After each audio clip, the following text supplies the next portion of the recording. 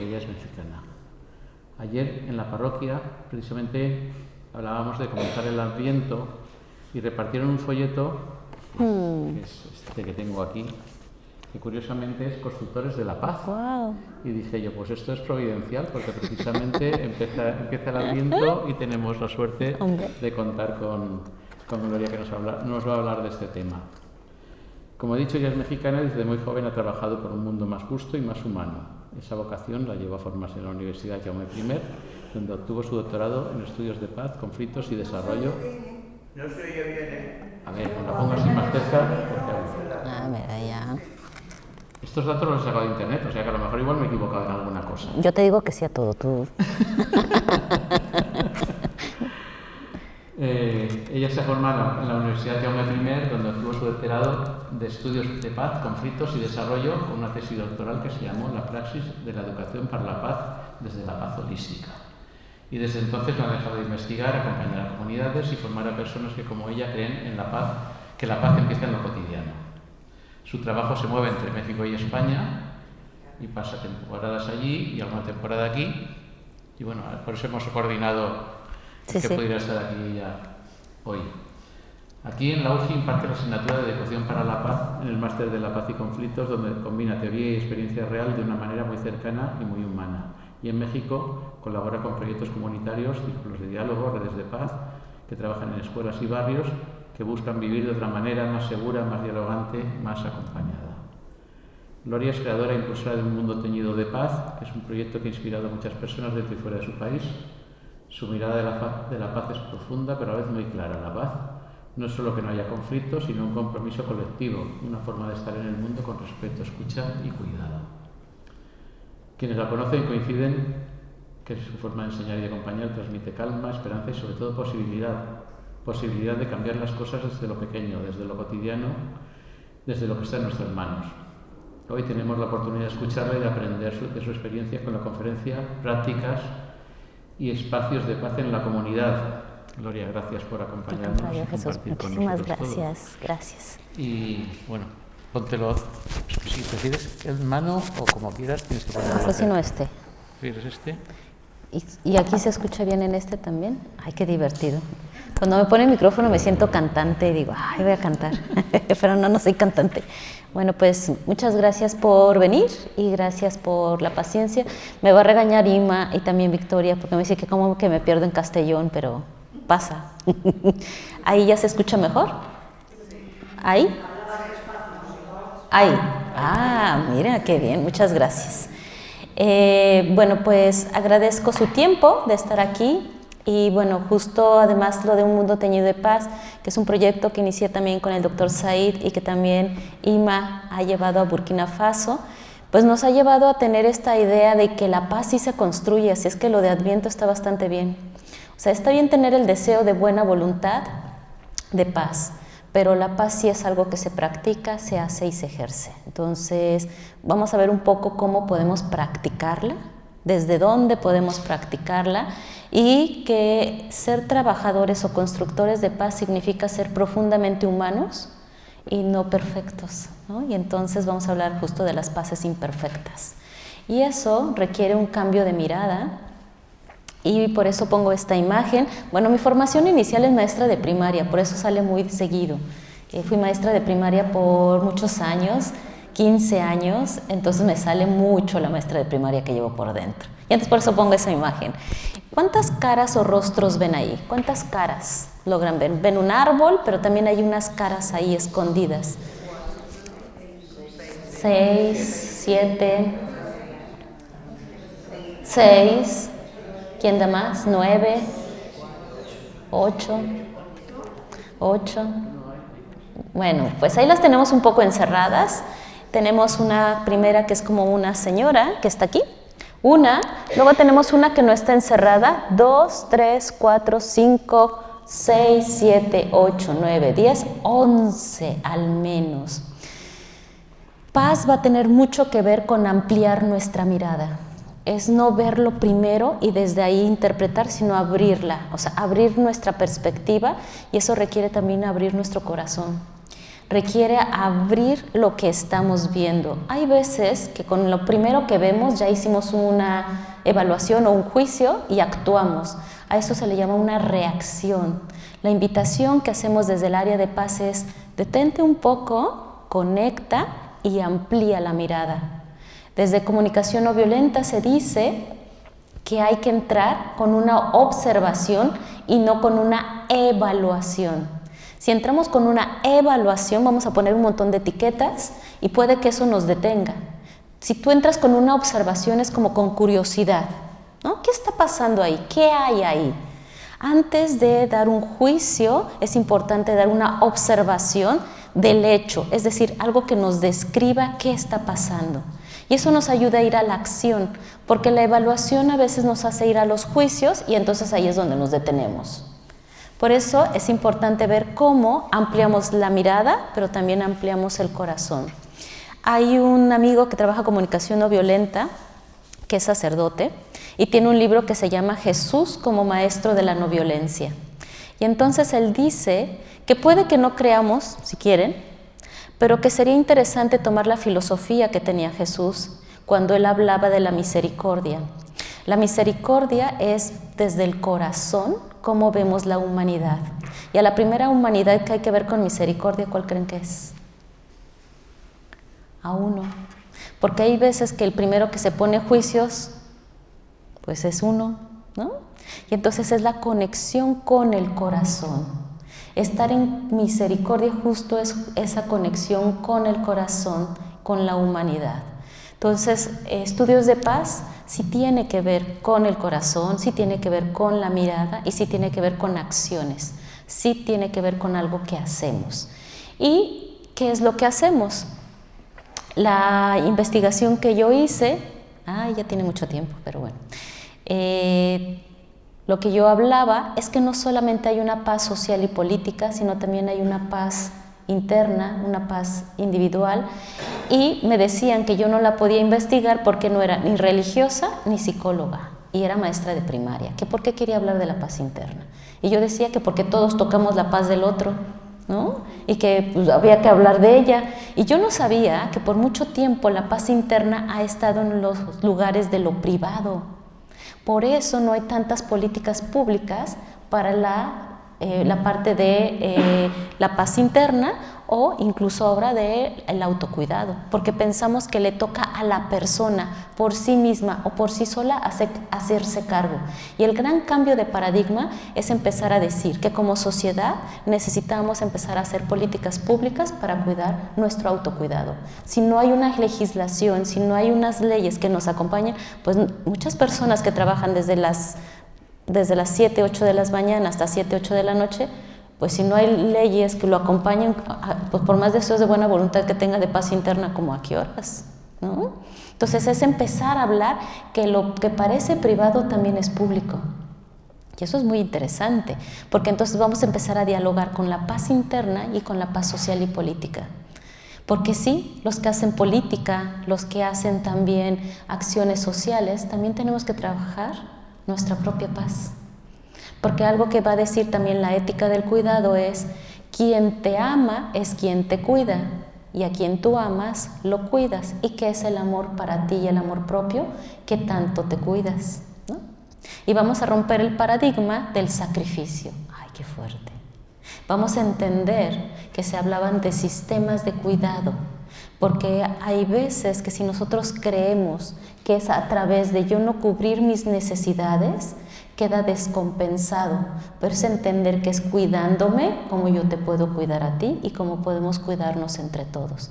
Por eso mucho de lo que enseñaba Jesús era comunitario. Él tenía sistemas comunitarios de cuidado, cómo nos cuidamos entre nosotros. Y bueno, para eso primero tenemos que empezar a cuidarnos cada uno de nosotros. Hay diferentes líneas que nos hablan que el ser humano al menos tiene 4 áreas de aprendizaje, 4 áreas de enseñanza, 4 áreas de cuidado, que son el cuerpo, los sentimientos, los pensamientos y lo que nos dice la vida, es decir, la parte espiritual. ¿Cómo las cuidamos? ¿Cómo cuidas tú tu cuerpo? ¿Cómo cuidas tú tus sentimientos? ¿Cómo cuidas tú tus pensamientos? ¿Cómo cuidas tú tu conexión con la vida? Cada etapa de la vida te invita a conectar de maneras diferentes. ¿Qué hacemos cuando estamos desconectados? ¿Qué hacemos en este año que estuvo no intenso, sino lo que sigue, ¿no? ¿Qué hacemos cuando nos rompen los paradigmas y cuando no pasa lo que queremos que pase o incluso pasan cosas que no queríamos que pasaran? ¿Qué hacemos? ¿Cómo volvemos a conectar con todo esto? Y entonces podemos hacer este pequeño ejercicio que se llama el diario de las 4 dimensiones para ver cómo vamos a iniciar este 1 de diciembre. ¿Cómo iniciamos este 1 de diciembre? Ayer también en la misa decían, yo fui aquí a catedral y decían, ¿cómo podemos empezar este Adviento con una conexión diferente? ¿No?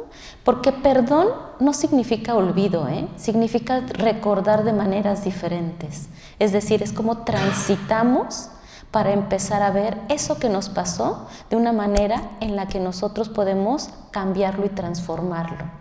Porque tal vez no lo vamos a olvidar, pero lo puedes recordar de maneras diferentes. Entonces, vamos a ver cómo estamos llegando el día de hoy. Vamos a ponernos bien en nuestro lugar, acomodamos nuestra cadera, nuestra espalda, si pueden desocupar sus manos. Y vamos a ver cómo están estas 4 dimensiones en este momento en nuestro cuerpo. En nuestro sentimiento, en nuestro pensamiento y en lo que nos dice la vida. Si te es cómodo, cierras los ojos y si no, lo haces con ojos abiertos. Vamos a hacer un escaneo, vamos a revisar, un testeo de cómo estamos el día de hoy en estas 4 dimensiones. Entonces, si te es cómodo, cierras ojos y si no, con ojitos abiertos. Vamos a inhalar, exhalar. Revisa cómo están tus dedos de los pies, cómo están tus piecitos, cómo están tus piernas, tu abdomen, cómo está tu espalda, tu pecho, tus brazos, tus manos, tu cuello, tu cara. ¿Cómo está tu cuerpo el día de hoy? ¿Dónde tiene frío? ¿Dónde tiene calor? ¿Cómo está tu cuerpo el día de hoy? ¿Qué te dice tu cuerpo? Busca en tu cuerpo un lugar donde se sienta suavecito. ¿Dónde se siente suave? En tus labios, en tus mejillas, en tus párpados, y ahí detén tu atención por unos 5 segundos. Inhala, exhala y busca un segundo lugar de suavidad. ¿Dónde se siente suave ahora? ¿En tu abdomen? ¿En los dedos de tus manos? Ahí detén tu mirada o tu atención por unos segundos. Inhala, exhala y buscamos un tercer lugar de suavidad. ¿Dónde se siente suavecito? Inhala, exhala. ¿Qué emociones o sentimientos vienen a ti en este momento? Pueden ser cómodos o incómodos, a lo mejor puedes tener intriga, a lo mejor curiosidad, cansancio, a lo mejor estás alegre, o a lo mejor estás pasando por un momento de pérdida o de duelo. ¿Cómo todo eso tiene lugar en ti? Las emociones no son ni negativas ni positivas, solo son emociones, algunas cómodas y otras incómodas. Dales permiso de estar. Diles que tienen permiso de estar, aunque sean incómodas. ¿En qué parte del cuerpo están? Y diles que puedes escucharlas. Inhala, exhala. ¿Qué pensamientos vienen a ti en tu mente? ¿Qué ideas o conceptos tienes en este momento? Inhala, exhala. Y si la vida pudiera hablar contigo, ¿qué te diría? ¿Cuál sería su mensaje? ¿Cuál sería el mensaje que en este momento llegaría a través de una palabra, frase o imagen?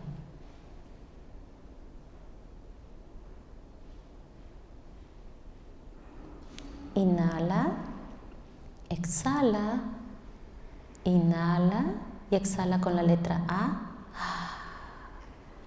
Inhala y exhala con la letra A. Inhala y al exhalar te estiras, bostezas, puedes estirar tus manitas, tus pies. Al fin ya el cuerpo sabe que es lunes ya por la tarde. Muy bien. ¿Qué es lo que encontramos Cuando nosotros hablamos de paz, hay veces que pensamos que es algo muy abstracto, pero es algo muy concreto. ¿Qué estás haciendo para construir la paz en tu cuerpo? Porque la paz es una forma de responder a los conflictos, pero la violencia es algo que se ha enseñado y también se ha respondido a través de ella. ¿Dónde impacta la violencia a veces en primera parte? En los cuerpos. Entonces también pueden impactar las paces dentro de los cuerpos. ¿Qué te dijo tu cuerpo? El ejercicio de suavidad lo que hace es relajar el cuerpo. Si no pueden dormir una noche de insomnio, pónganse a buscar partes donde sientan suavecito hasta que el cuerpo se duerme. Esto ayuda a poner la atención en lo suave, no en lo rígido, no en lo que nos duele, sino en lo que está cómodo. Y entonces el cuerpo lo va extendiendo. En el área de las emociones nos ayuda a acompañar, que las emociones no son ni buenas ni malas, nos acompañan a saber qué necesitamos. Cuando tenemos emociones incómodas, nos habla de necesidades no cubiertas. El enojo, por ejemplo, no es que controles tu enojo, es más bien conoce tu enojo. ¿Por qué estás enojada o enojado? ¿Qué te dice el enojo? Hay algo que no está siendo cubierto, hay una necesidad muy profunda que no está siendo escuchada. Puede ser que alguien pasó tu límite, tú pasaste tu límite o hay una injusticia. ¿Qué necesidad hay abajo de tu enojo? Entonces yo escucho el enojo para satisfacer esa necesidad, si no vas a seguir enojada o enojado. Entonces el enojo hay que conocerlo. ¿Qué es lo que hace que yo me enoje? ¿Tengo que poner límites? ¿Tengo que qué? ¿Qué es lo que tengo que hacer con el enojo? Los pensamientos, somos seres pensantes, pero no es la única área. También la vida nos habla. La vida a veces te va diciendo, sí, sí, por ahí. Y hay veces que te va diciendo, no, no, por ahí no. Pero nosotros queremos seguirle, pues ahí vamos, ¿no? Pero la vida te va diciendo que no. Hay veces que te va diciendo que sí. ¿Cómo escuchamos a la vida? ¿Cómo hacemos esa conexión con algo mucho más grande? Y por eso hacemos algunos principios de paz cuando hacemos algunos ejercicios, que cuando alguien te da una historia, cuidamos su historia. Es decir, cuando alguien abre su corazón y comparte su historia, pues esa historia se queda en ti. Incluso aunque la relación se termine, pues esa historia no la cuentas. Cuidamos las historias. Es importante cuidar las historias porque alguien que cuida las historias y no las comparte se vuelve una persona de confianza. Confías en una persona que no está contando las historias de los demás, porque así sabes que tampoco va a contar la tuya. La confianza se construye y por eso también se destruye. Cuando alguien destruye nuestra confianza nos deja muy vulnerables porque justo nos sentimos expuestos. Y ahí es importante restaurar nuestra autoconfianza para no generar barreras. Si no regeneramos esta parte de la confianza, entonces vamos a hacer como, hay una cantante en México que se llama Paquita la del barrio, que canta una que se llama Rata de dos patas, porque dice que ya no quiere saber nada de los hombres, ¿no? ¿Por qué? Porque le rompieron su confianza y entonces crea muros para cualquier otra persona. Entonces, cuando hubo procesos de ruptura de confianza, es importante restaurar nuestra autoconfianza para abrir sistemas de cuidado, no de protección. No es me protejo, sino es, ok, ahora tengo que aprender hasta dónde están mis límites, cómo me cuido, no cómo me protejo. El protegerse significa cortar vínculos y hay un enemigo u un otro del que me tengo que cuidar. Desde el área de paz no hay enemigos, hay seres humanos que van construyendo u optan por respuestas violentas o por respuestas de cuidado. Y los que están optando por respuestas de violencia, pues habrá que poner límites. Sí se ve la diferencia entre seguridad y cuidado. En nombre de la seguridad se hacen muchas guerras, En nombre de la seguridad se abren muchas violencias. En nombre del sistema de cuidado podemos abrir cómo hacemos con límites y acompañamiento lo que estamos construyendo. Se habla de los principios de paz a través del no juicio. Marshall Rosenberg dice el no consejo. Esto es muy fuerte a los que somos maestros. Dice que el consejo solo se da si te lo piden. Si no te lo piden, no hay que darlo. Si tú das un consejo que no se te pide, el otro se desconecta, porque entonces pareces tú más experto que la otra persona. Entonces los consejos se dan cuando el otro te dice, ¿tú qué opinas? ¿Tú qué harías? Y entonces hay una disposición a escucharte. Si tú le das un consejo a alguien que no, te va a dejar de contar, porque en ese momento ya, ¿no?, se cortó mi historia. Y también es permitirnos ser profundamente vulnerables. El ser humano es uno de los seres más vulnerables. El problema es que nos hicieron creer que éramos fuertes y que podíamos con todo. Somos seres humanos, somos sumamente frágiles y vulnerables, y la realidad es que hay que hacerlo en comunidad. Estamos diseñados fisiológicamente para hacer las acciones en comunidad, en común unidad. Si queremos construir paz, tiene que ser con el otro. Individualmente sí, pero también sobre todo con el otro. Porque primer cerebro, cerebro reptiliano, el primer cerebro que se formó, nos hace reaccionar. Segundo cerebro, conforme fuimos evolucionando, cerebro límbico, cerebro mamífero, el que nos hace estar en manada o en grupo. Por eso la exclusión es tan dolorosa, porque el cerebro lo detecta que estás en peligro, detecta que hay algo del que nos tenemos que proteger. Estamos diseñados fisiológicamente y cerebralmente para estar en grupo. Y por eso tercer cerebro, que es el cerebro racional, nos ayuda a hacer estrategias para convivir y estar en grupo. Tres ideas principales cuando hablamos de qué son las acciones de paz y los espacios de paz. ¿Qué entendemos por paz? ¿Qué entendemos por conflicto y qué entendemos por violencia? Entonces, la paz tiene muy poquito que surgió en los años 80, casi finales de los 70. Sí venimos de los movimientos hippies, ay, qué triste, pero bueno, sí.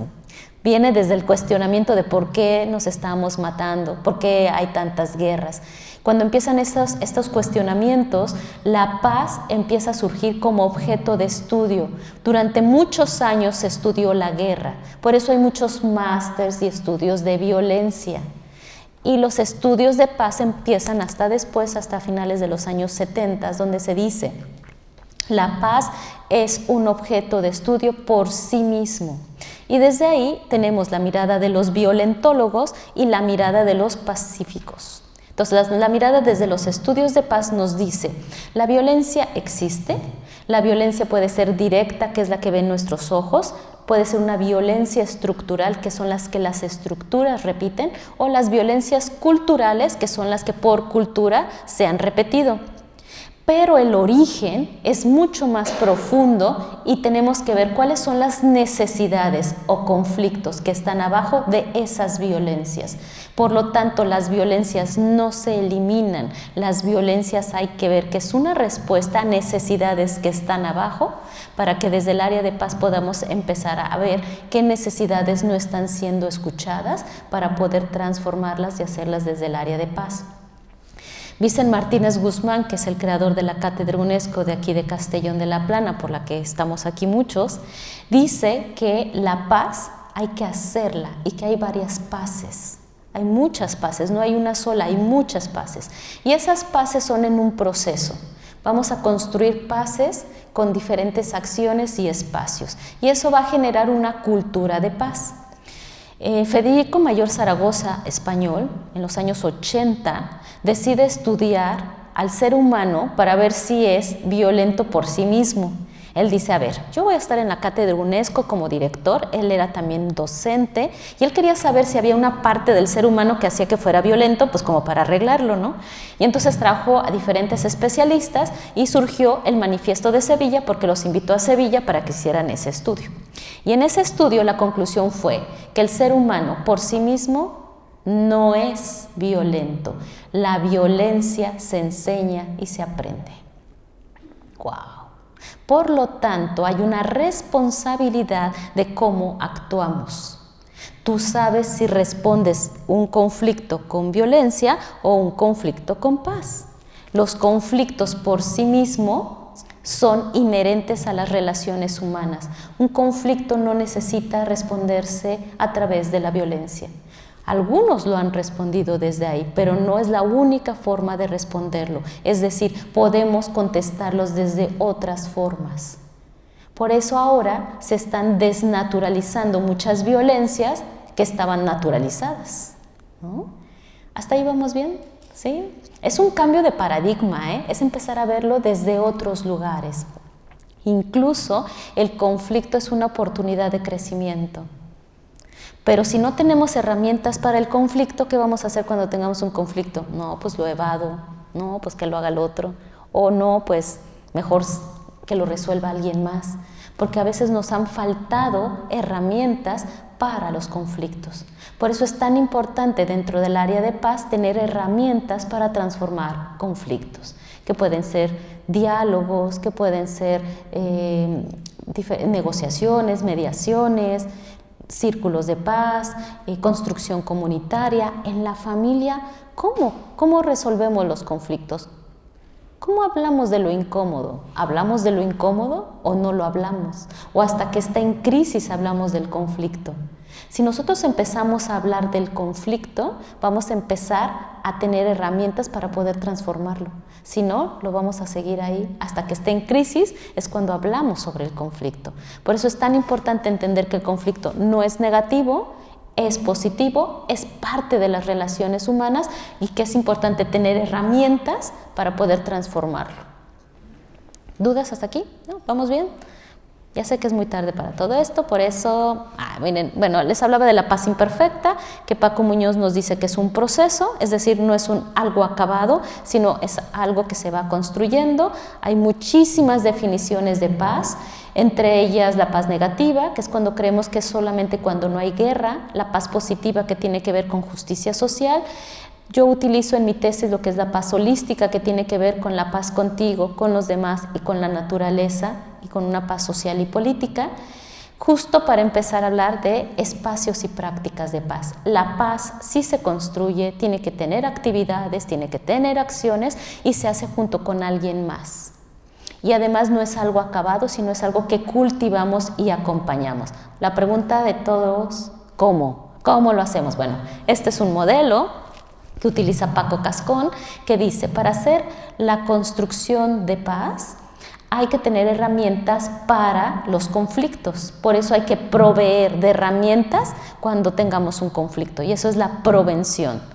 Si dijéramos prevención del conflicto, quisiera entonces entender que el conflicto es negativo y lo tenemos que prevenir. Aquí no, aquí lo vamos a proveer de herramientas para poder construir una transformación del conflicto. ¿Cómo podemos proveer? Váyanselo ustedes preguntando. Una, ¿qué tanto estamos siendo grupo? ¿En dónde están ustedes? ¿En su familia? ¿En su comunidad? ¿Qué tanto somos grupo? ¿Sabemos quiénes somos? ¿Nos conocemos? ¿Nos tenemos confianza? ¿Tenemos sistemas de cuidado? ¿Sabemos cómo nos encontramos en este cierre del año? ¿Sabemos cómo hemos ido acompañando todo lo que nos pasó en estos 11 meses? ¿Sabemos cómo está mi familia? ¿Sabemos cómo están los miembros de mi familia? ¿Sabemos cómo han transitado estos 11 meses? ¿Nos conocemos? ¿Hemos hablado de ello? ¿Tenemos una comunicación efectiva? ¿Cada cuándo hablamos entre familia? ¿Cada cuándo hablamos como comunidad? ¿Cómo hacemos estos escuchas activas de lo que sentimos y necesitamos? ¿O solo hablamos cuando hay algo incómodo o cuando ya nos dejamos de hablar? ¿Cada cuándo nos reunimos? ¿Dónde nos reunimos? ¿En las comidas? ¿En las cenas? ¿Cuándo tenemos esos espacios de encuentro? ¿En la familia o en la comunidad? ¿Cómo cooperamos? ¿Cómo está distribuida la cooperación en la casa o en la comunidad? ¿Quiénes cooperan? ¿Solo hay una persona que es la que está cooperando? ¿Quién es el que coopera? ¿Quién es el que está cuidando? ¿Quién cuida al cuidador? ¿No? Entonces, ¿cómo empezamos a abrir esas conversaciones dentro? Son prácticas de paz. Porque si no lo hacemos hasta que nos agotamos, ¿no? Hasta que ya estamos agotados es cuando empezamos a abrir los temas, y justo a veces es cuando ya está más tenso. Es como, ¿cómo lo abrimos desde ahora? ¿Cómo abrimos esos espacios de los conflictos dentro de casa, dentro de la comunidad? ¿Qué hacemos cuando alguien ya no está? ¿No? Por ejemplo, nosotros tuvimos un gran cambio, falleció mi papá, y es un gran cambio. Hay un conflicto. ¿Cómo lo vamos a hablar? ¿Quién se va a hacer cargo de qué? Porque había un supuesto que yo, por ser hija, ¿a quién me tocaba a mí? Pues mi mamá. Y todo el mundo lo decía. Y le decían a mi mamá, ay, qué bueno que está Gloria contigo, porque se va a hacer cargo de ti. Y yo me quedé, dije, pero si somos 3 hermanos, ¿no? La sociedad ponía la carga ¿en dónde? En mí. Y entonces yo hablé con mi mamá. Dije, muy bien, mamá, la vida ha sido muy noble contigo y a ti te ha dado 3 hijos, no 1, 3. Y entonces, entre los tres, vamos a ver cómo nos vamos a acompañar en esto. Fue una conversación muy incómoda, porque en efecto mi mamá sí se había hecho una historia de que yo me iba a quedar ahí para siempre con ella, y yo le dije, yo voy a seguir viajando, mamá, yo voy a seguir yendo a España, yo me muevo mucho, pero moviéndome, ¿cómo tú puedes estar cuidada junto con mis hermanos, no? La dinámica cambia. Y cómo a tus 86 años la vida te va a dar el regalo de ser independiente, porque fuiste cuidada por tu papá, después cuidada por tu esposo, y ahora eres libre, mamá. ¿Qué vas a hacer con esa libertad? Mi mamá no lo vio como un regalo, ¿eh? Mi mamá le daba algo y me decía, no, hija, tu papá era mi vida, pues bienvenida a tu vida, ya no es tu vida. Era un cambio de paradigma a sus 86. Y entonces ese le cambia el sentido de vida, y había que hablarlo. Y entonces, ¿cómo lo hablamos? Pero también cómo lo acompañamos. Y entonces yo le dije, muy bien, somos 3 hijos, mamá, tú no estás sola, pero es importante que ahora ninguno de los 3 se vuelva tu objetivo de vida. ¿Cómo se vuelve tu vida, tu propio objetivo? Digo, mira qué divertido. Pudiste haber no transitado esa etapa de qué se siente tener yo un objetivo de vida. Pero la vida te lo regala, y también hay herramientas y hay tanatólogos que acompañan el proceso de duelo. Mi mamá al principio me dijo, no, que voy a andar yendo yo con un terapeuta. Eso no. En su época se creía que quien iba al psicólogo pues estaba loquito, ¿no? Y yo le dije, pues tu hija que está loquita, sí va y me acompaño, porque para mí mi papá es una persona que fue muy importante en mi vida, y yo necesito cruzar y transitar el duelo. Y yo no puedo acompañarte en este duelo porque yo también estoy llevando mi duelo, pero sí puedo acompañarte con otras herramientas. Mi mamá de 86 años está con tanatóloga y está haciendo un plan de vida a sus 86. Y está ahora con mi hermano y se acaba de ir a Cancún y está haciendo otro plan de vida, el que ella nunca se imaginó, porque llevaba 60 años de casada con mi papá, 60. Es un cambio total de vida, pero es importante dar prevención, dar herramientas a algo que es muy complejo. Para ella también era más fácil hablar también con un sacerdote, así es que también su herramienta que para ella era cercana, pues también habló con un sacerdote, también con sus tías, con sus hermanas. Entonces, ¿qué haces? Acompañar el conflicto con herramientas. ¿Es difícil? Sí. ¿Es complejo? Sí. Pero, ¿cómo lo acompañamos? Entonces, estas son algunas formas de tener prácticas de paz. Revisar cómo estamos como familia. ¿Cómo está cambiando la familia? ¿Necesitamos hablar como familia de los cambios que hemos tenido? ¿Me siento en comunicación? ¿Con quién me comunico más? ¿Cómo me comunico? ¿Cómo nos comunicamos entre nosotros? ¿No? ¿Cómo pedimos ayuda? Que es algo que no se nos ha enseñado, pero también cómo resolvemos los retos de la vida cotidiana. Entonces, el conflicto no tiene por qué ser violento. Ustedes saben todo lo que pasa cuando hay una herencia, es una locura. Por eso hay que sentarse a hablar de eso. Es incómodo, sí, pero hay que hablarlo. Y nos sentamos a hablar de ello. ¿Qué hacemos con esto? ¿Cuál es tu mirada? ¿Cuál es la tuya? ¿Cuál es la mía? ¿Cómo la gestionamos? ¿No? ¿Es incómodo? Sí, pero hay que tener recursos de comunicación y recursos de cooperación. Y podemos transitar algo que es sumamente complejo, como son herencias, como son las pensiones, como son todos los trámites que hay que hacer, que pueden ser conflictivos, pero no necesariamente violentos. Porque algo que nos enseñaron culturalmente, no sé aquí en España, pero al menos sí en México, es mejor no digas nada. No, hay que ser prudentes, no hay que dar molestias. Cuando en realidad sí hay que hablar de eso para tener muchas más herramientas. Hay que hablar de lo que necesitamos, qué esperamos y qué queremos. Mi papá algo que dejó muy claro era qué quería, cuándo quería y cómo lo quería. Y tenía todo ordenado. Él a mí me había dado las indicaciones de cada una de las cosas que él quería. Y aún así fue complicado. Me había dejado sus cuentas de banco, sus contraseñas y sus claves. Cuando yo hablé con mis hermanos, yo sabía que ellos me iban a preguntar, ¿por qué tú? ¿No? Y entonces yo les dije, podemos tener la facilidad de mover las cuentas, yo puedo mostrarles lo que hay, solo quiero que confíen en que si mi papá lo hizo, fue porque a lo mejor yo era la que estaba en ese momento. No lo tomen personal. Y vamos a abrirlo y todos vamos juntos. Y si quieren, yo les doy desde este momento y todos manejamos todos la contraseña. Pero ahí necesitas construir confianza y sistemas de cuidado. Y entonces, ¿en quién confías de tu familia? ¿Cómo vas a cuidar tu trascender? ¿Cómo vas a cuidar cuando tú ya no estés? ¿Cómo vamos a hablar de temas tan incómodos? Mi mamá decía, ay no, yo no quiero hablar de eso. Y antes de venirme, mi mamá ya decidió qué quiere, cómo lo quiere y cuándo quiere. Son temas dolorosos, pero eso se llama resiliencia.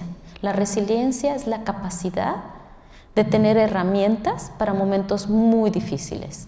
Y en la medida en que tú le das herramientas a tu familia, cuando venga ese momento doloroso, ellos van a tener con qué agarrarse. Si tú no hablas cuáles son tus deseos, tu voluntad, ¿quién va a tener las contraseñas? ¿Quién sabe dónde está el testamento? ¿Quién sabe dónde están todos los documentos? Si tú no dejas todo eso, cuando tú no estés, ¿sabes qué les dejas tú a tus hijos o a tu familia? Muchos conflictos con pocas herramientas. Y por eso es tan importante hablar de un tema tan incómodo como este. ¿Sus hijos saben dónde están las cosas? ¿Quién de sus hijos lo sabe o qué familiar? Mi prima con 51 años acaba de fallecer de cáncer. Dejó un niño de 13 y una de 16. Dejó todo con claridad, quién, dónde, cuándo, papeles, documentos. Mis sobrinos se sentaron y me dijeron, tía, ¿qué se va a hacer? Yo sabía también qué se iba a hacer, yo soy su prima. Y sabía qué se iba a hacer. Y era profundamente doloroso que ella partiera, pero era profundamente amoroso saber que ella dejó todo perfectamente organizado. Sus hijos sabían quién se iba a hacer cargo, saben a dónde van a continuar sus estudios, saben quién va a ser su tutor, saben qué seguía después de que ella falleciera, todo. ¿Qué es una conversación incómoda? Sí. Pero estas prácticas son prácticas de paz, porque van a ayudar en momentos de conflicto. Yo sé que no es fácil, pero no tenemos la vida comprada. O sea, mi prima tenía 51 años. Entonces ¿qué vamos a hacer cada uno de los que estamos aquí?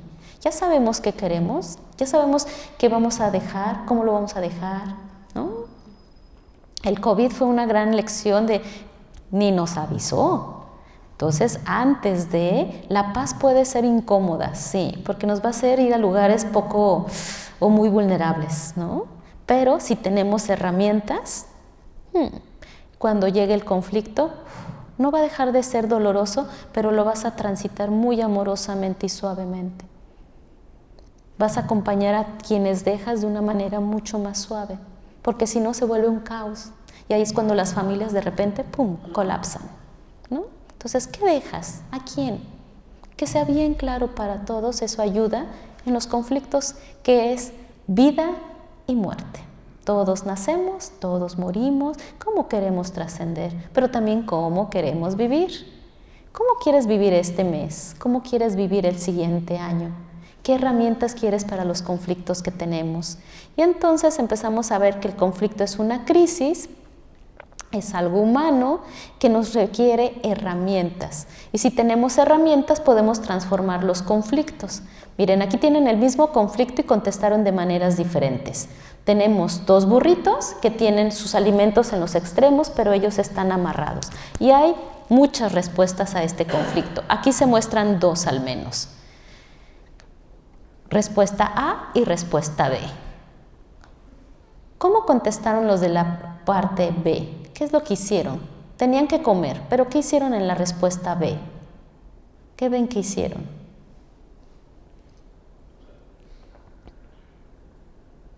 Ya se quedaron preocupados. No se preocupen. Hay que tener nomás más herramientas. Se quedaron así pensando. ¿Cómo contestaron los burritos del lado B?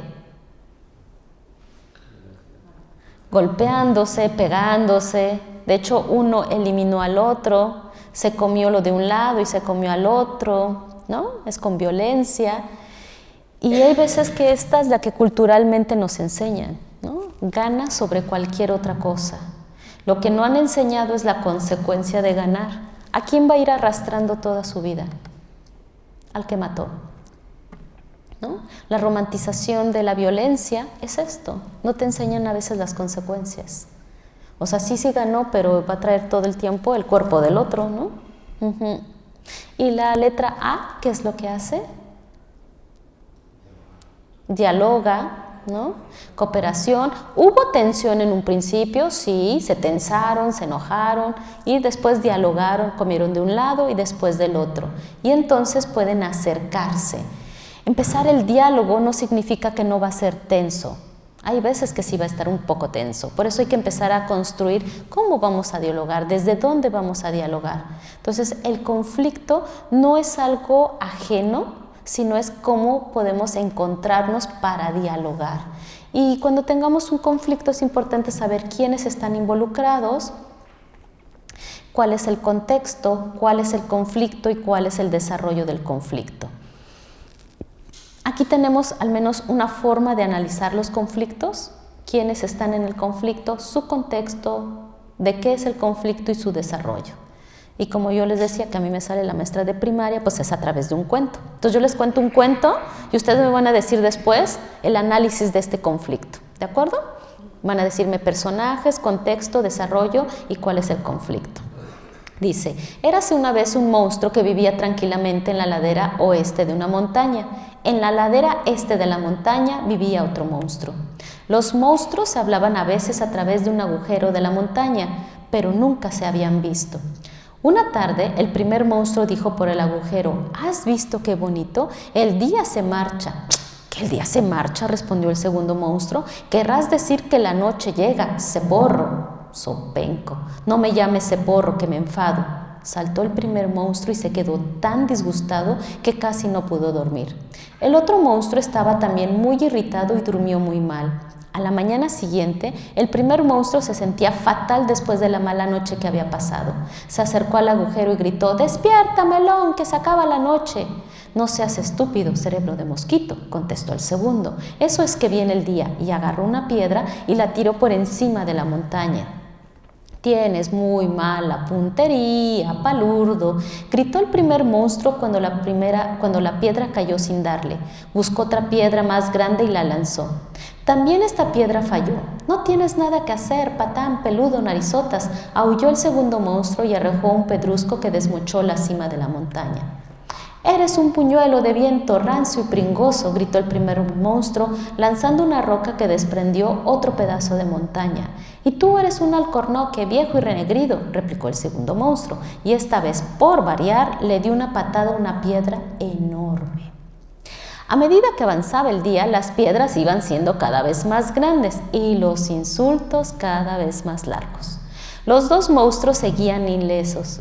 Pero la montaña se iba desintegrando. «Eres un soquete peludo, cebón, cabeza hueca y mandón», gritaba el primer monstruo, tirando una nueva roca gigantesca.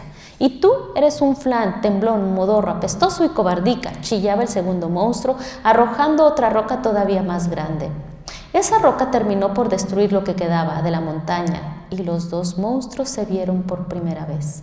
Esto ocurrió precisamente cuando empezaba una nueva puesta de sol. «Increíble», dijo el primer monstruo, soltando la roca que tenía entre las manos.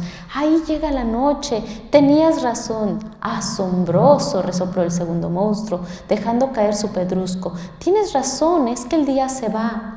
Se reunieron en medio del desastre que habían organizado y contemplaron juntos la llegada de la noche y la marcha del día. «Pues ha sido bastante divertido», rió el primer monstruo. «¿Verdad que sí?», rió el segundo. «Lástima de montaña». Fin. Muy bien. ¿Quiénes son los protagonistas de este conflicto? Los monstruos. Uno rojo y uno azul. Lo hicieron en la época de la Guerra Fría y por eso era rojo y azul. ¿Cuál era su contexto? La montaña. ¿Y cómo era la montaña? Alta, pero ¿dónde estaba? En medio. No era lo mismo una montaña atrás que una montaña enfrente que una montaña en medio. Una montaña en medio era un obstáculo. Por eso es importante que cuando tengas conflictos, aunque parezca que es el mismo, revise si no ha cambiado el contexto. Aunque sea el mismo conflicto con tu hijo, con tu pareja, no es lo mismo a la edad que tienes a la que tenías y cambian los contextos. El contexto cambia. Por eso es tan importante en un conflicto ver cómo he cambiado yo y cómo ha cambiado el otro y el contexto que nos rodea ahora. Después del contexto, ¿cuál fue el proceso? ¿Qué hicieron? Bueno, ¿cuál es el conflicto? ¿Cuál era su conflicto que tenían estos dos monstruitos? ¿Por qué se dieron con todo? No tenían nada que hacer, nada. ¿Por qué? Porque cada uno tenía una forma diferente de verlo, pero ¿qué era lo que querían? Ese es el conflicto, que no se los olvide. Ellos querían tener la razón. Que no se nos olvide cuál era el conflicto, querer tener la razón. ¿Cómo se fue desarrollando el conflicto? Una vez que querían tener la razón, ¿qué pasó? Primero que empezaron, las palabras, ¿no? Empezaron a insultarse, empezó lo que es violencia verbal, y el otro se la regresaba, y fue incrementándose la violencia verbal. Después de la violencia verbal, ¿qué siguió? La piedra, empezó la violencia física, y empezó con una piedrita y después con una piedrota y se dieron con todo. A eso se le llaman ciclos de violencia. Por eso, violencia, responderla con violencia, pasa eso. Violencia con más violencia nunca va a contestar las necesidades del otro. Al contrario, va a separar y generar nuevas necesidades. Por eso de cuando los papás le dicen, no, si te pegan, tú pégale, miren, eso pasa. O sea, fue violencia verbal, después violencia física y después, ¿a quién destruyeron? A la montaña. Después de la violencia física puede venir la destrucción de las familias o del contexto. Hubo pueblos en los que uno mataba a otro y luego a otro y así se acabaron al pueblo, por venganza. Por eso la venganza es una de las violencias culturales que creemos que funcionan. ¿Quién sabe por qué nos hicieron creer que con la venganza el otro se va a dar cuenta cuánto me duele? ¿Qué creen? No funciona. Y además muchas novelas están basadas en la venganza, sobre todo las turcas últimamente, ¿no? Todos son venganzas y hacen unas venganzas súper buenas. Mi mamá está súper metida ahí, yo le digo, ay mamá, ¿no? Pero sí, hacen todo un plan de venganza creyendo que el otro se va a dar cuenta. No, se separan más, porque sigue sin verse el otro. Genera más dolor y genera nuevas necesidades. Entonces empieza violencia verbal, violencia física y la violencia del contexto. Pregunta, ¿se resolvió el conflicto? ¿Sí? A ver, hay dos respuestas, bueno, hay muchas. Hay una teoría que dice que sí, porque vieron que el otro estaba viendo una postura diferente porque ya no estaba el obstáculo, ¿no? Y podían ver su perspectiva. Aquí la pregunta es, ¿se acuerdan cuál era el conflicto? Que les dije, ¿se acuerdan? Que era querer tener la razón. Si estos dos monstruos vuelven a estar en una situación donde opinan diferente y van a querer tener la razón y no hay montaña en medio, ¿qué creen que va a pasar? Se van a dar con todo, porque no hablaron del conflicto. El conflicto no se transformó. Es como cuando tú dejas de hablar con alguien, guardan silencio y después con el tiempo se vuelven a encontrar y vuelven a retomar la relación de amistad o de lo que sea. Pero si no hablan de lo que pasó, se va a volver a repetir. ¿Por qué?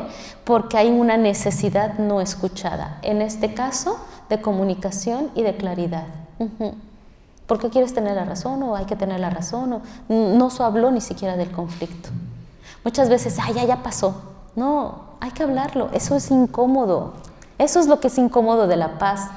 Es que si no lo hablamos se va a volver a repetir porque hay necesidades que no están siendo escuchadas. Hay que hablar que a lo mejor hay que hacer nuevos acuerdos. Hay que hablar de que a lo mejor hay que retomar cosas que ahora ya no están funcionando. Nos funcionaron hace 10 años, pero ahorita ya como familia ya no nos está funcionando. Hay que hacer nuevos acuerdos y sí va a ser incómodo. Entonces la paz a veces ya no es tan romántica, ¿no? La paz nos habla de que hay que cuidar las necesidades de todos los que estamos en esa comunidad. Y desde ahí viene un cambio. Cómo empezamos a hablar de lo que necesitamos, aunque sea incómodo. Pero para hablar de lo incómodo hay que abrir un espacio que nos permita ser vulnerables y confiados para poder encontrarnos en ellos. Y para eso existe la resiliencia, y con esto voy terminando, donde la resiliencia no es un cura total de lo que pasa, no es un curita que diga, ya, la resiliencia es que no pasó nada. No, es la visión de saber que hay una herida que no desaparece, pero que sí podemos acompañarla, que le vamos a permitir que cicatrice. Entonces, Stefan Van Istandel nos dice que es importante saber cómo vamos a acompañar eso que nos duele o que nos es incómodo. Entonces, Paz sí va a hablar de lo incómodo y sí va a hablar de lo que nos duele. Está bien, ¿no? Eso es profundamente humano.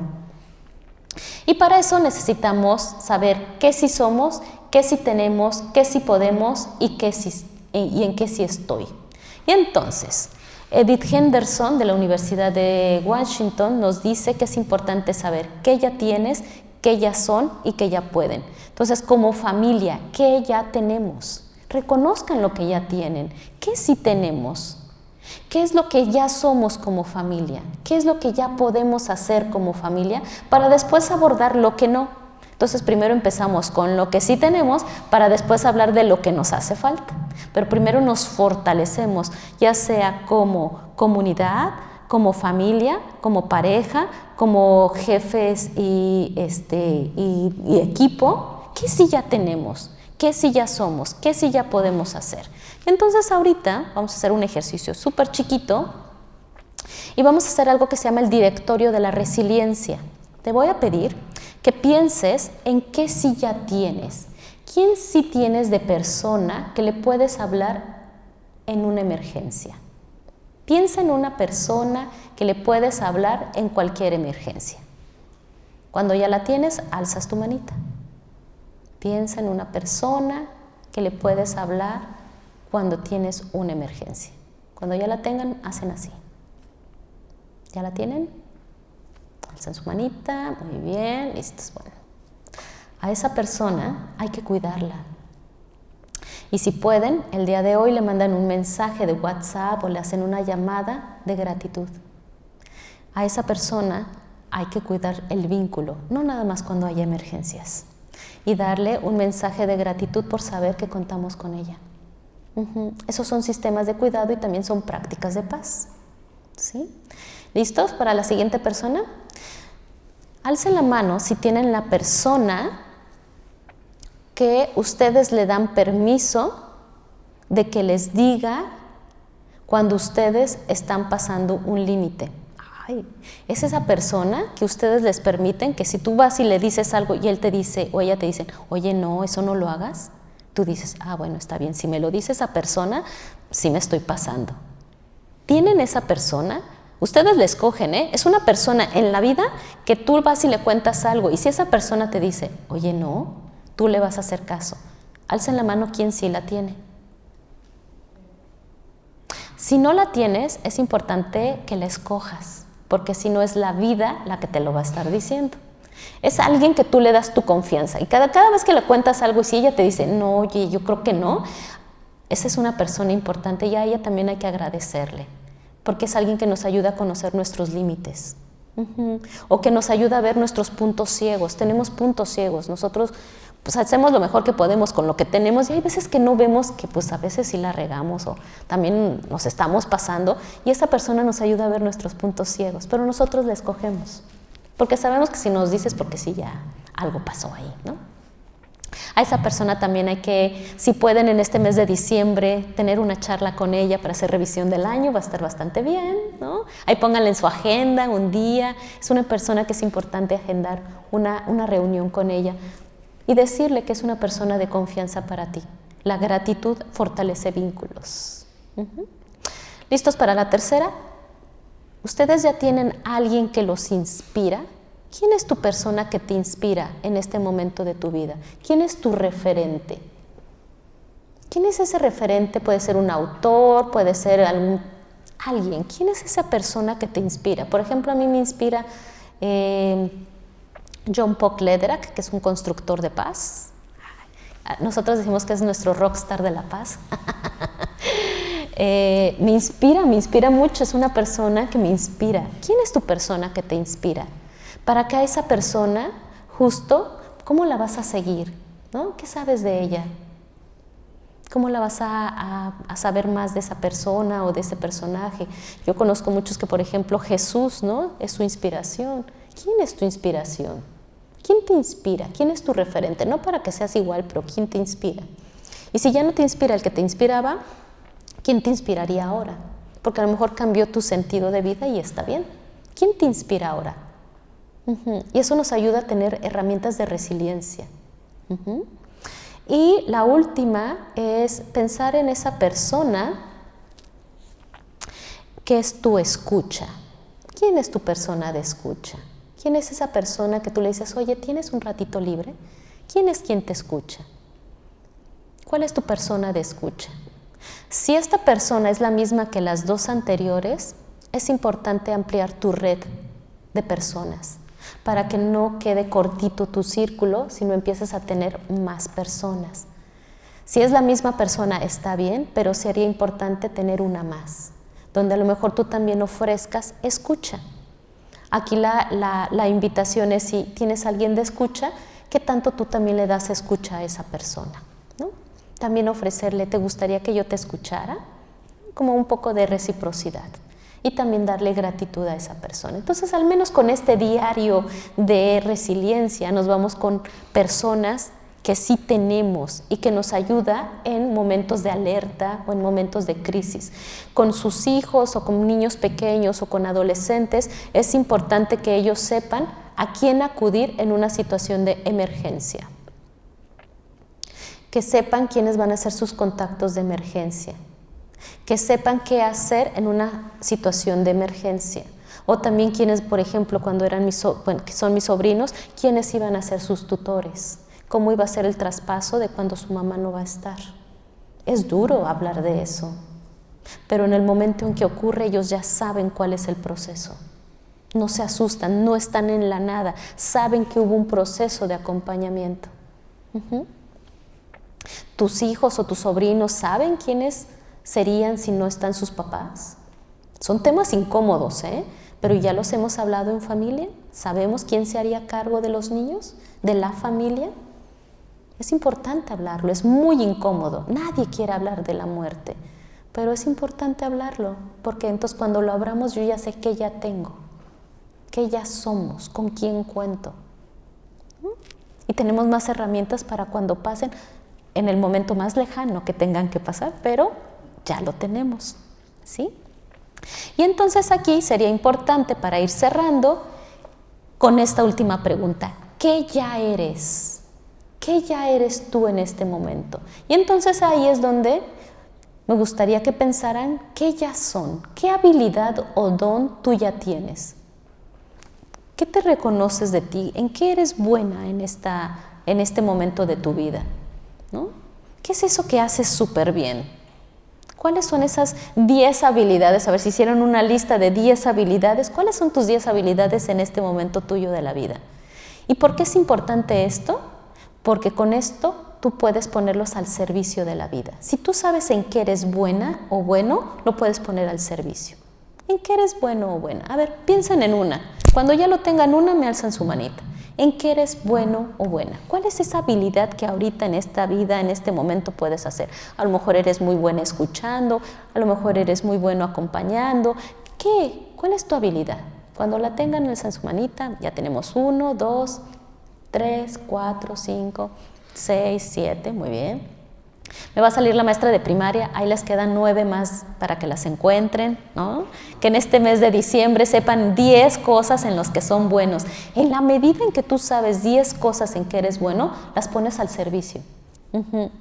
Las puedes poner al otro y entonces ya no compites, sino cooperas, porque sabes en qué eres bueno. Nuestros jóvenes tendrían que saber en qué son buenos. Pregúntenles a sus jóvenes que están alrededor si saben en qué son buenos. Es que la escuela a veces les enseña en lo que no son buenos o en lo que les falta. Pero sería interesante también que les enseñara en qué sí son buenos para ponerlos al servicio, ¿no?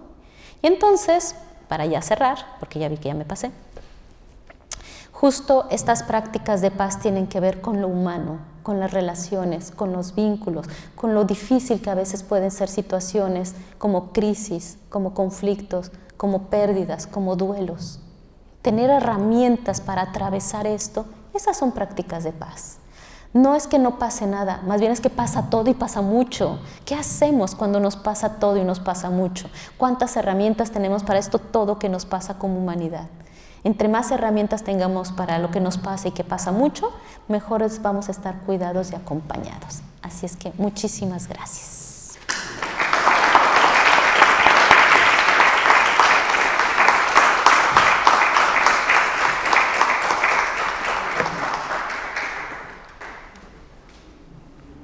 Pues muchas gracias, Gloria. La verdad es que ha sido muy interesante. Y ahora es el momento en que, si queréis, podéis preguntarle cosas, hacer comentarios. Se quedaron pensando.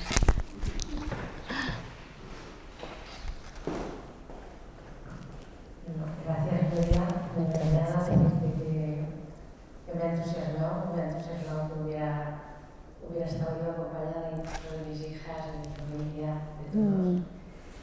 Que además me has refrescado muchas de las cosas que aprendimos juntas en el máster y me has empujado a que el proyecto que yo llevo entre manos desde hace 55 años, si lo sabes, pues que no sea al final, sino que al final sea cuando yo deje de existir.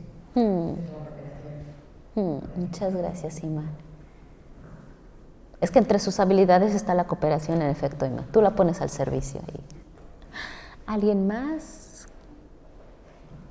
Mira, yo te quería comentar que a veces en casa, mi marido y yo, no era fácil hablar para resolver un problema. No era. Y el problema y en la situación la encontramos dando un paseo. Dando un paseo por el igual, donde hay árboles, donde hay flores, y ahí todo se hacía muy fácil y la conversación salía muy fácil. Y el conflicto que parecía que era grande ya no fue tan grande. Llegábamos a casa de otra manera. Vimos que todo era muy fácil. A veces se complicaba un poco. Es que ellos sí encontraron su espacio de paz, ¿no? Caminando.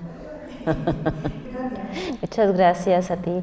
Y hay que encontrar el momento. Por ejemplo, en la cultura marroquí, el mejor momento para hablar del conflicto es tomando el té.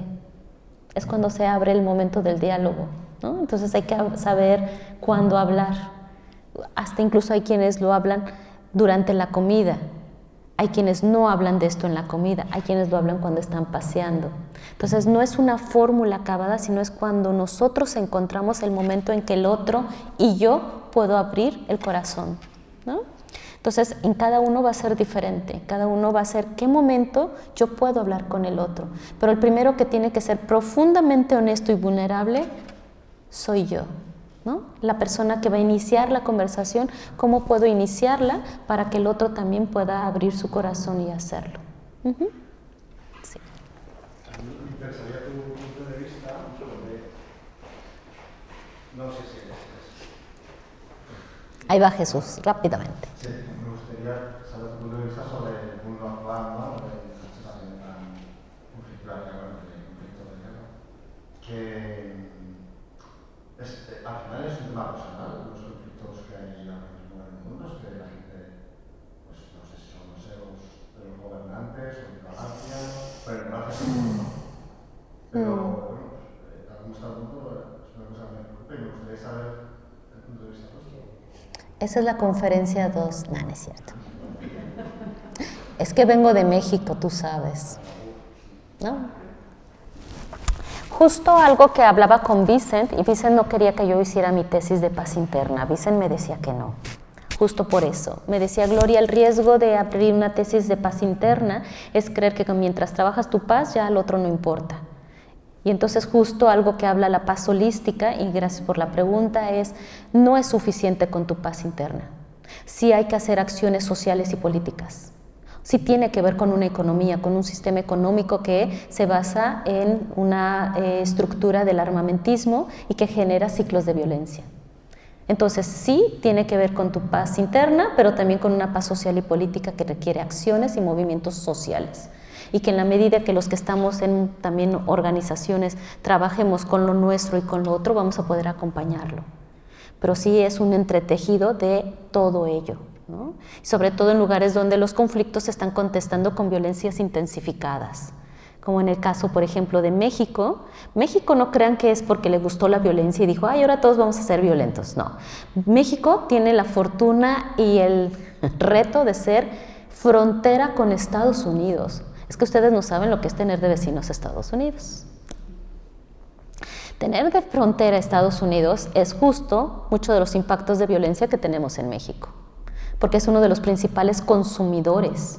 Si tú eres un principal consumidor, pues alguien lo tiene que producir. Y si lo produces y el costo está acá, o sea, el costo de lo que se consume en Estados Unidos y en Europa lo pagamos los países que lo producen. Entre más haya consumo en Europa y en Estados Unidos, los países que producen, más costo de sangre es. Quiere decir que no hemos visto la interrelación e interconexión que tenemos durante los conflictos. Pareciera que es muy lejano, por ejemplo, el conflicto de Gaza e Israel, pero si no nos damos cuenta de todo lo que es la infraestructura del armamentismo, pues pensaríamos que estamos muy lejanos y no estaríamos viendo economías que tienen intereses ahí dentro, ¿no? Como puede ser la economía alemana. Sí, claro. Entonces no estamos aislados. Y entonces lo que sí es cierto es que podemos, al entendernos nosotros y atendernos, también podemos atender al otro. Y también entender que hay acciones que van a ser individuales, colectivas, comunitarias e internacionales. Entonces sí tiene que ver con todo ello. Y hay acciones que tienen que ver con un sistema económico que está profundamente arraigado en la violencia. Por eso tenemos tanta cultura de la violencia, porque tiene hasta financiamiento. ¿Cuántas películas tenemos nosotros de paz y cuántas de violencia? Donde se justifica la violencia para usar las armas. Necesitas mucha inversión de dinero para justificar el uso de armas. Necesitas tener mucho miedo. Y el miedo se genera a través de una cultura de la violencia. Si no, no compras un arma.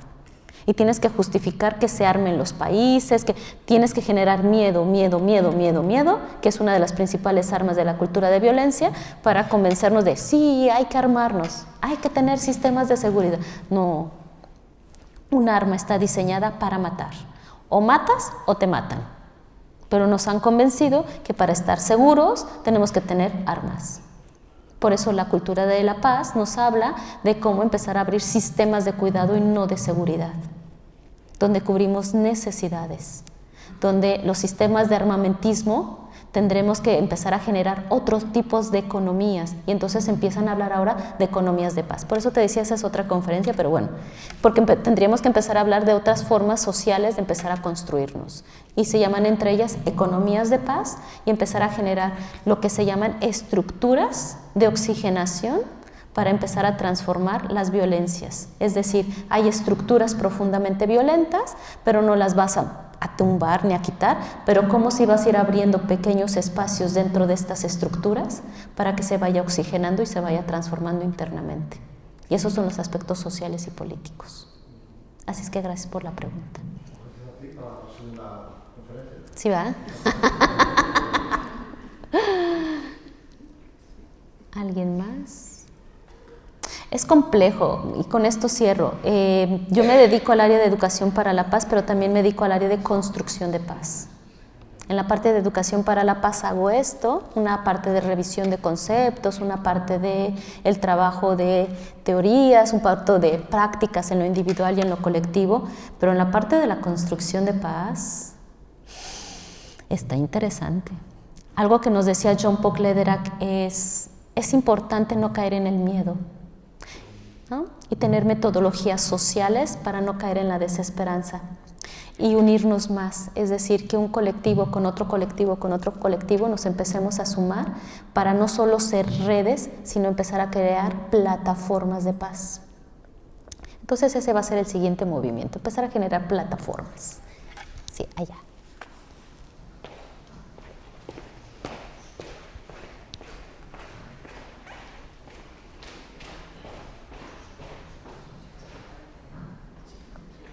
estoy de acuerdo en lo que has dicho, que el miedo es fundamental para que la gente tenga, pues, vea bien el armamentismo y el gasto en armamento y demás, ¿no? Y quería también conocer tu opinión en el tema de la inteligencia artificial, el manejo de información. Es, vamos, cantidad de vídeos que hay de inteligencia artificial falsos que inciden en los conflictos bélicos que hay, pues, como ahora en Ucrania o en Gaza, y luego todas las noticias falsas que se publican, ¿no?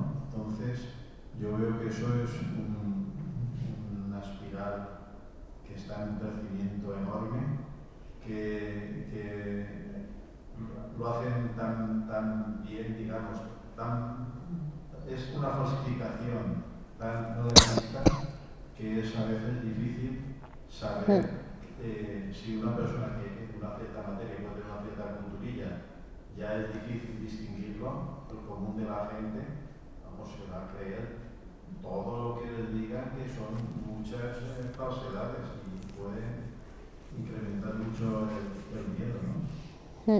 De hecho, en la última reunión que hubo de construcción de paz se hablaba de economías de paz y de inteligencia artificial de paz. Hay una ley que no sé si la conozcan, bueno, hay una ley que se llama Ley Olimpia, está ahorita en México, Estados Unidos, Argentina y Colombia, que la hizo una mexicana, justo para la protección de las mujeres, donde se utilice inteligencia artificial o que se distribuyan fotografías o videos sin su consentimiento. Entonces han empezado nuevas leyes también empezar a regir, porque justo había un vacío legal. Entonces tú no podías demandar porque pues no existía eso, y actualmente también se está haciendo todo este acompañamiento para poder empezar a acompañar todas estas partes de violencias a través de la inteligencia artificial. En México actualmente, si hay alguien que utiliza tu rostro sin tu permiso o te expone, hay una ley que se llama Ley Olimpia, y con esa ley tú puedes ampararte, pero no existe en todos los países. Entonces ha empezado a hacerse una nueva estructura también social para responder a estas violencias que están empezando a existir. Muchas gracias. Bueno, por desgracia tenemos que ya irnos. Muchas gracias. Gracias, Jesús. Me quedo con muchas el tema gracias. de que una vez consigamos la paz interior tenemos que colaborar en la paz social, es muy importante, y no tenemos que estar de brazos cruzados. Muchísimas gracias. Muchas gracias a ustedes.